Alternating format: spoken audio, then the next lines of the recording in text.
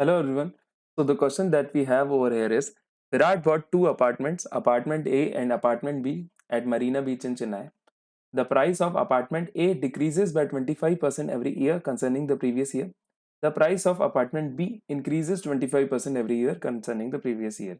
That means अगर बात करें दो अपार्टमेंट्स हैं A और B, एक की जो है वो प्राइस एवरी ईयर जो है वो घटती चलती है 25%. दैट मीन्स ए की परसेंट जो है वो 25% एवरी ईयर जो है वो कंसर्निंग प्रीवियस ईयर वो घटती चलेगी, और बी की बात करें तो वो 25% प्रीवियस ईयर के कंपैरिजन में 25% बढ़ती चलेगी.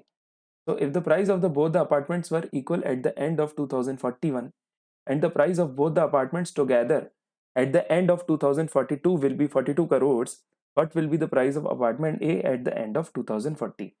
So let us see.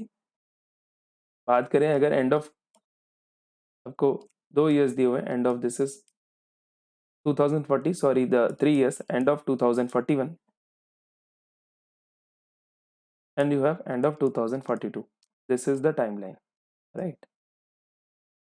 अब देखते हैं, मुझे पता है कि एंड ऑफ 2041 में इन दोनों का प्राइस जो है वो इक्वल था, right? If the price of both the apartments were equal at the end of 2041. अब मुझे पता है कि मुझे 25% के साथ खेलना है. 25% जो है वो 1/4 होता है, तो मैं जानबूझ के दोनों का जो प्राइस है वो इक्वल जो है वो 4x लेता हूँ, क्योंकि ये मल्टीपल है 25% जो कि 1/4 का मल्टीपल हो जाता है. तो 4x जो है वो 2041 में एंड ऑफ दोनों की प्राइस थी. अब मुझे पता है कि ये जो है चीज़ 25% घटनी है, ये चीज़ 25% बढ़नी है, और एंड ऑफ 2042 तक, दैट मीन्स एंड ऑफ 2042 तक ये चीज़ पहुंच जाती है 42 करोड़. तो लेट अस सी 4x का जब आप 25% घटा देते हैं, दैट मीन्स आप उसका 75% निकालते हैं, यहाँ कहते हैं कि इसका 3/4 निकालते हैं, तो 4x का 3/4 आपका हो जाता है 3x के बराबर.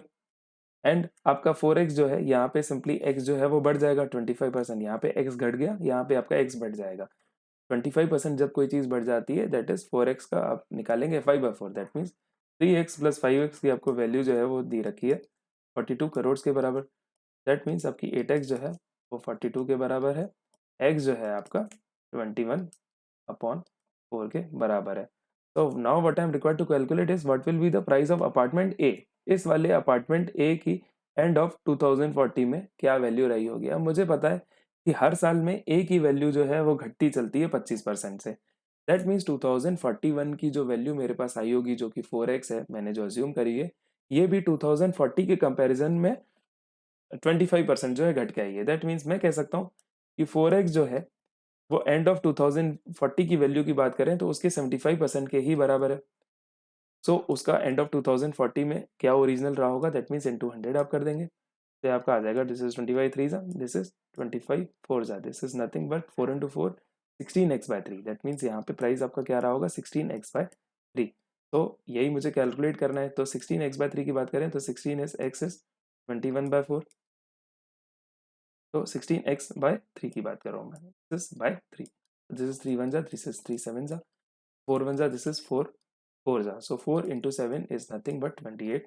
28 करोड़ जो है वो प्राइस रही होगी एंड ऑफ 2040 में अपार्टमेंट ए की. Let us look at the options that we have. So yes, I have option A as the right answer. Sorry, option A is not the right answer. What we have already calculated is ये 28 करोड़ आप जो है वो calculate कर चुके हैं. So let us look at the options. Option B is the right answer over here, which is 28 crores.